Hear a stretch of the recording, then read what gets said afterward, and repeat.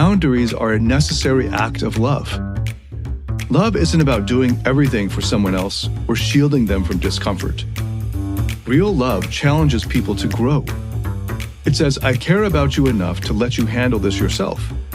I believe in your ability to rise to the occasion. And the thing is, setting a boundary doesn't mean you stop caring. You can still offer support, empathy, encouragement, but you do it without taking over or enabling. Welcome to Beyond Success, the podcast for high achievers seeking deeper meaning, fulfillment, and purpose. Now, here's your host, world-renowned leadership coach and therapist, Tian, Ph.D. Imagine this. You're the person everyone counts on. At work, your team depends on you to pick up the slack. At home, your partner, your family, maybe even your friends, all seem to look your way when something needs fixing, solving, or saving. And you do it because that's who you are. Reliable, caring, responsible. But here's the problem. Deep down, it's exhausting. You're carrying the weight of everyone else's problems, their needs, their expectations. You're giving and giving and giving until there's almost nothing left for yourself. Now, here's the truth that most people don't want to hear. Every time you say yes to something that drains you, you're silently saying no to something that matters more. To your health, your time, your peace of mind. Worse, every yes out of obligation chips away at your self-respect. I've seen it happen to high-performing leaders over and over again. They want to be the good boss, the good husband, the good son, but eventually they hit a wall. They burn out, they snap, or worse, they quietly spiral into resentment, shame, or even self-loathing. But here's the good news. It doesn't have to be this way. What if you could set boundaries without feeling guilty? What if you could calmly and confidently assert yourself and do it in a way that doesn't burn bridges, but actually strengthens relationships? That's what we're getting into today. And this might be the most valuable skill you never mastered. In case you don't know who I am, I'm Tian, and for almost the past 2 decades, I've been helping hundreds of thousands of people from more than 87 countries attain success, happiness, and fulfillment in their personal and professional lives. All right, so let's dive in. There are 3 main points we're covering today. The first is this. Shame plays a huge role in undermining your ability to assert yourself and set healthy boundaries. Now, in using this term shame, I'm not talking about feeling bad after doing something wrong or something that goes against your values. That's healthy shame or guilt. That guilt helps you to stay accountable to your own moral principles or your own standards. In this episode, when I use the term shame, what I'm referring to is toxic shame, the kind that whispers to you, you're not enough. It's subtle. It operates in the background often, unconsciously sabotaging your confidence and leaving you feeling unworthy. So where does this toxic shame come from? For a lot of us, it started really early, long before we had any say in it. In his great book, In Healing the Shame That Binds You, John Bradshaw explains it in this way. Healthy shame says, I made a mistake. Toxic shame says, I am a mistake. Right? See that difference? Toxic shame internalizes the idea that there's something fundamentally wrong with you as a person. More often than not, this began in childhood. Maybe your parents withheld love unless you performed a certain way, or achieved, or accomplished, or pleased a certain way. Or maybe they criticized you for expressing your needs or emotions in a way that they didn't want to have to deal with. Over time, you learn to associate rejection with just being yourself. So you did the only thing that made sense. You hid the parts of you that felt unacceptable to them. You buried your authentic self under layers of compliance or perfectionism or people-pleasing, all to avoid feeling the sting of that toxic shame. The well-known psychotherapist Terry Real takes it a step further. He goes into how societal norms reinforce this dynamic. For example, boys are often taught to suppress vulnerability. Don't cry. Toughen up. Boys don't cry. They're told that emotional expression is weak. Girls, on the other hand, are often conditioned to avoid assertiveness. They hear things like, don't be bossy, be nice. They're taught that standing up for themselves makes them less likable or less feminine. And these early lessons stick. They create a legacy of shame that follows you into adulthood, shaping how you show up in relationships in unconscious ways. In his classic book, an excellent book, When I Say No, I Feel Guilty, Manuel J. Smith connects these dots beautifully. He points out that when you feel shame or fear in setting boundaries, it's not just about the situation in front of you. It's the echo of all those early experiences where you learn that speaking up would lead to rejection or conflict. And that shame you feel isn't evidence that you're wrong. It's evidence that you're carrying old patterns into the present. So how does shame keep you from asserting yourself? Okay, it's actually pretty simple. Shame convinces you that your needs don't matter. Or worse, that expressing your needs will cost you the connection, approval, or love that you're desperate to hold on to. Here's what happens. You avoid saying no because you don't want to rock the boat. You take on extra work because you don't want to seem difficult. You agree to things you don't really want because you're afraid of disappointing someone else. And every time you do this, you betray yourself. You reinforce the idea that their needs are more important than yours, that your voice, in fact, doesn't matter, that you're only valuable if you're useful. And this creates a vicious cycle. The more you avoid asserting yourself, the more you feel resentful, drained, and unseen. And the more you feel that way, the harder it becomes to stand up for yourself. But here's the good news. You don't have to stay in that cycle. To break free, you need to challenge the story shame is telling you. Shame says that asserting yourself is selfish or aggressive. But the truth is, assertiveness is neither selfish nor aggressive. It's not about overpowering anyone else. It's about standing your ground in a calm, clear, and respectful way. When you set a boundary, you're not saying, I don't care about you. You're saying, I care about myself, and I trust that you can handle this. Understanding the roots of your shame helps you see this clearly. It lets you reframe those feelings of shame or fear as signals, not that you're doing something wrong, but that you're stepping outside of an old limiting belief. Here's a practical step you can take today. The next time you feel guilty about setting a boundary, pause.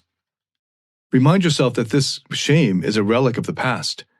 It's not proof that you're selfish or wrong. It's just the voice of an old script trying to keep you safe. Then calmly assert your boundary. Start small if you need to. Say no to something minor. Practice. It's like building a muscle. The more you do it, the stronger and more natural it will feel. The best part is, when you assert your boundaries, you don't just liberate yourself. You show others what's possible. You invite them to respect your needs while giving them the space to take responsibility for their own needs. And this is how you break that cycle. This is how you reclaim your worth, one boundary at a time. Okay, second major point. Let's talk about why assertiveness and healthy boundaries are essential, not just for you, but for the people in your life, too. There's a common misconception that setting boundaries is selfish or inconsiderate. The reality is the opposite. Boundaries, when communicated clearly and compassionately, are actually an act of respect for the other. They respect your needs, your time, and your energy, but just as importantly, they respect the other person's autonomy. Okay, here's what I mean. My friend, the mega best-selling author Mark Manson, has a simple way of framing boundaries. Taking full responsibility for your own thoughts, feelings, and actions, and not taking responsibility for any other adult's thoughts, feelings, or actions. I added in the other adults there just to clarify this doesn't apply as much to your dependents like your children. So at first glance, it might sound harsh, even cold, but it's actually one of the most loving things you can do for the other person. When you step back and let the other person take full responsibility for their own emotions, you're trusting them to handle their own lives. It's like stepping back and allowing my own toddler to struggle in tying his own shoelaces, instead of always jumping in and doing them for him. And if you watch 2-year-olds, you'll notice that they really want this autonomy. They get frustrated when adults continually step in to do it for them when they know that they're capable of doing it themselves, or want to see and test whether they are capable of doing it themselves. And they want to show others, including adults, that they are capable of doing it themselves, that they are big boys or girls. Even more so when it comes to adults, you're giving them the space to grow, to problem solve, and to learn from their own experiences. If you're constantly stepping in to manage their feelings or fix their problems, you're not helping them. You're enabling them. And enabling stunts growth. The renowned psychiatrist Irvin Yalom explains this beautifully in his gigantic magisterial tome, Existential Psychotherapy. Yalom argues that responsibility is a cornerstone of psychological growth. Without responsibility, people remain stuck. They avoid confronting their own issues by blaming others or leaning too heavily on external support. And they never develop the resilience or anti-fragility or agency that's needed to thrive in life. You can think about this in your own life. Have you ever had a colleague or a friend or a partner who constantly turned to you to solve their own problems? Maybe it felt good at first, like you were being helpful, like you were needed. But over time, it probably became exhausting. And worse, it didn't actually help them in the long run. When someone avoids responsibility for themselves, they stay dependent. They don't learn how to handle conflict or navigate emotions or face the consequences of their actions. But when you hold a boundary, when you say, I trust you to figure this out, you empower them to step into their own strength. Now, if they ask you, and out of the goodness of your own heart, you can help them. Just as if you're walking down the street and you see a homeless person that you'd like to contribute to in some way, by all means, you can do it. But it's not your responsibility to do it. And you may, out of the goodness of your heart, decide to step out and help them. But it is not your responsibility to do so. It's when this helping behavior and helping mindset moves out of the optional doing it out of the goodness of your heart and into this obligation and responsibility. That's when it becomes toxic. That's when it becomes enabling. The researchers Henry Cloud and John Townsend, in their book Boundaries, When to Say Yes, How to Say No to Take Control of Your Life, a book that Mark Manson has drawn quite a bit from, in that book they make a powerful point. Boundaries are a necessary act of love. Love isn't about doing everything for someone else or shielding them from discomfort. Real love challenges people to grow. It says, I care about you enough to let you handle this yourself. I believe in your ability to rise to the occasion. And the thing is, setting a boundary doesn't mean you stop caring. You can still offer support, empathy, encouragement, but you do it without taking over or enabling. For example, if a friend is going through a tough time, you can say, I'm here to listen if you need to talk, without feeling obligated or responsible to fix their situation for them. This balance of offering support without overstepping is where assertiveness comes in. So, true assertiveness is not aggression. Aggression is about forcing your will or your way onto someone else. It's about attacking. Assertiveness, on the other hand, is about standing your ground in a way that's calm, clear, and respectful. When you assert a boundary, you're not dismissing the other person's feelings. You're simply acknowledging that their emotions are their responsibility, not yours. Here's an example. Imagine a colleague asks you to take on a project that you don't have the bandwidth for. Instead of saying yes out of guilt or snapping at them in frustration, instead you calmly explain, I appreciate you thinking of me, but I'm not able to take this on right now. Notice what happens here. You're not apologizing for your limits. You're not making excuses. And you're not leaving room for debate. You're stating your boundary with confidence and respect. Now, the other person might not like your response, and that's their right. It's totally okay. Their reaction is their responsibility, not yours. Healthy boundaries means focusing on your truth, not trying to control how someone else feels about it. And here's another important piece. Boundaries aren't just good for relationships. They're also essential for your own well-being. Without healthy boundaries, it's easy to get overwhelmed by other people's expectations.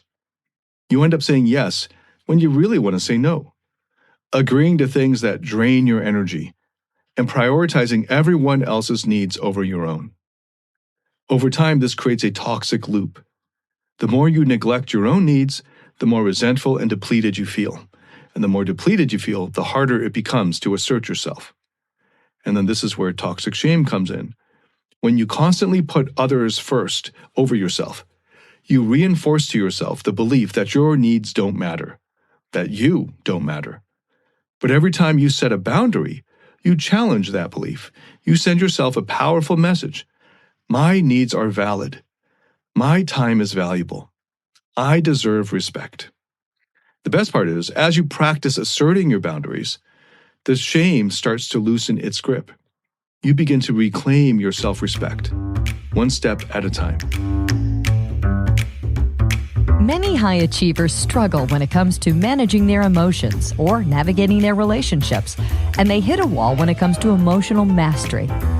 Maybe you've noticed that stress, frustration, or anger is seeping into your personal or professional life, or you feel disconnected from those you care about. That's where David Tian's Emotional Mastery Program comes in. It's based on peer-reviewed, evidence-backed therapeutic methods to help you find happiness, love, and real fulfillment. Learn how to break free from the emotional roller coaster and start thriving in every area of your life. You can find out more at davidtianphd.com/emotional mastery. That's DAVIDTIANPhD.com/emotional mastery. Okay, how do you put this into practice? Let's get specific now. In my Rock Solid Relationships course, which you can get access through the Platinum Partnership, I devote an entire module, a 4-hour module, to assertiveness and healthy boundaries. And I give you many techniques there that you can practice to effectively assert your boundaries. Let me give you one example from Manuel J. Smith's awesome book, When I Say No, I Feel Guilty. And this is called the Broken Record Method. The idea is simple. When someone pushes back against your boundary, you calmly and consistently repeat your statement without getting drawn into an argument. For example, let's say a friend keeps pressuring you to join a weekend trip that you're not interested in. You could say, "Thanks for inviting me, but I'm going to pass this time." If they push back, you repeat, "I hear you, but I'm not going to join this time." No justifications needed, no over-explaining, just a calm, clear response. And you might have to do that over and over. Another strategy is to acknowledge the other person's feelings without taking them on. If someone reacts emotionally to your boundary, which will definitely happen if you've lived long enough, then you might say, "I can see this is upsetting for you, and I respect that. I trust you'll find a way to work through it." This shows empathy without crossing the line into taking responsibility for their feelings. When you assert your boundaries, something amazing in your life happens. Not only do you reclaim your energy and self-respect, you also model healthy behavior for the people around you. You teach them that it's okay to say no, that it's okay to prioritize their needs without guilt, and that taking responsibility for their emotions isn't just necessary, it's empowering. And in this way, boundaries aren't just about protecting yourself. They're about creating a ripple effect of growth, respect, and authenticity in your relationships. All right, let's move on to the third and final point, how to rebuild your self-worth and finally overcome the shame that's been holding you back. When you move past shame, you're not just setting boundaries. You're stepping into a whole new way of being, a way where you stop questioning your own worth, where you stop living for other people's approval, and you start owning your own life. Now, this isn't easy, and it definitely doesn't happen overnight, but with the right mindset and tools, it's absolutely possible. Let's start with self-compassion. Most people don't realize just how hard they are on themselves. When shame shows up, it often takes the form of an inner critic, a voice that tells you, "You're not good enough. You're going to fail. People are going to reject you." And the problem is, we tend to believe that voice without questioning it. But the truth is, the inner critic isn't the real you. It isn't the true you. It's just one part of you. And more importantly, it's a part that's trying to protect you. And this is where IFS therapy comes in real handy, internal family systems therapy. IFS therapy teaches us to look at the different parts of ourselves, like the critic, or the people pleaser, or the perfectionist. And we see them not as enemies, but as protectors with positive intent. They show up because they're trying to keep you safe from pain or rejection or failure or hurt. But the catch is, these protector parts are stuck in old patterns that don't serve you anymore. They're using strategies that might have helped you survive as a kid back then, but they're not helping you thrive now as an adult. With IFS therapy, you learn to approach these parts of you with curiosity and compassion instead of judgment. Instead of pushing away the inner critic or drowning it out or just ignoring it, you instead face it and ask, why are you here? What are you trying to protect me from? What is your job and how are you doing it? How did you start this job? And when you go through this dialogue with that part, something incredible happens. That part of you starts to soften. It realizes it doesn't need to work so hard to keep you safe because you, as your wiser adult true self, are finally in the driver's seat now. Let's take an example. Say you've been avoiding a difficult conversation because a part of you fears rejection. Instead of berating yourself for being weak or cowardly, instead you acknowledge that fear. You might even say to yourself, I understand why you're scared. This reminds you of times in the past when you got hurt. But I've got this now. By doing this, you start to quiet the shame. You build trust within yourself. And as you do, you find it easier to set boundaries, not from a place of defensiveness, but from a place of confidence and clarity. Now, self-compassion isn't just about softening shame. It's also about challenging the beliefs that keep shame alive. Shame thrives on lies. Lies like, I'm not worthy unless I'm perfect. Or lies like, if I assert myself, people won't like me anymore. But when you examine these beliefs, they start to crumble. For example, ask yourself, where did I learn this belief? Is it really true? And even if it were true in the past, is it true now? So here's a quick and easy practical exercise. Write down one belief tied to shame that you've been carrying around. Then challenge it logically, rationally. Write down evidence that contradicts it. For example, if you believe, I'll lose relationships if I set healthy boundaries. Remind yourself of times when setting a boundary actually strengthened a relationship. Or think of all the times when you've lost a relationship while having unhealthy boundaries and never asserting your boundaries in a healthy way. The goal with this isn't to force yourself to feel differently overnight. It's to plant seeds of doubt in the shame lies, making space for a new story to emerge. As you start to overcome shame, something will shift in your relationships. When you set boundaries from a place of self-respect, other people will notice this, and the ones who truly care about you, who actually really care about you in the first place, they will rise to meet you. They'll respect your honesty, even if it's uncomfortable for them at first. Why? Because boundaries create authenticity. They show people the real you, not the version of you that's bending over backwards to please them. And authenticity builds trust. When someone tells you no in a calm, respectful way, do you resent them or do you trust them more because they're being honest with you? The same applies to you. When you assert yourself with confidence and compassion, you create space for deeper connection and mutual understanding. And there's another side to this too. When you start setting boundaries, not everyone will like it. Some people might resist. They might even push back harder. And that's okay, that's their right. And the truth is, people who only value you when you're overextending yourself or pleasing them, those people aren't seeing the real you. They're seeing a version of you that's shaped by shame and obligation. When you set boundaries, you're giving them the opportunity to step up or step out. Either way, you're better off because now you'll have authentic relationships and authentic connections. And here's what's amazing about all of this shame work. It doesn't just transform you, it transforms the people around you. When you stop taking responsibility for other people's emotions, you free them to grow. You give them the chance to take ownership of their lives. For example, when you say, I can't take this on right now, but I trust you'll figure it out. You're sending a powerful message. I believe in you, and I'm going to let you do it. This ripple effect extends beyond your relationships. It changes how you show up in the world. You stop overthinking every decision. You stop second-guessing your worth. And instead, you start leading from a place of grounded confidence. Rebuilding self-worth and overcoming shame isn't about perfection. It's about progress. It's about small, consistent steps to honor your needs, challenge your old beliefs, and build trust within yourself. Okay, so let's recap. First, we explored how shame works beneath the surface, convincing you that your needs don't matter and sabotaging your ability to assert yourself. We traced its roots back to early experiences of rejection or criticism or conditional transactional love.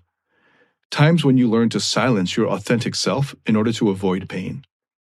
Second, we looked at how assertiveness and boundaries aren't just tools for self-respect.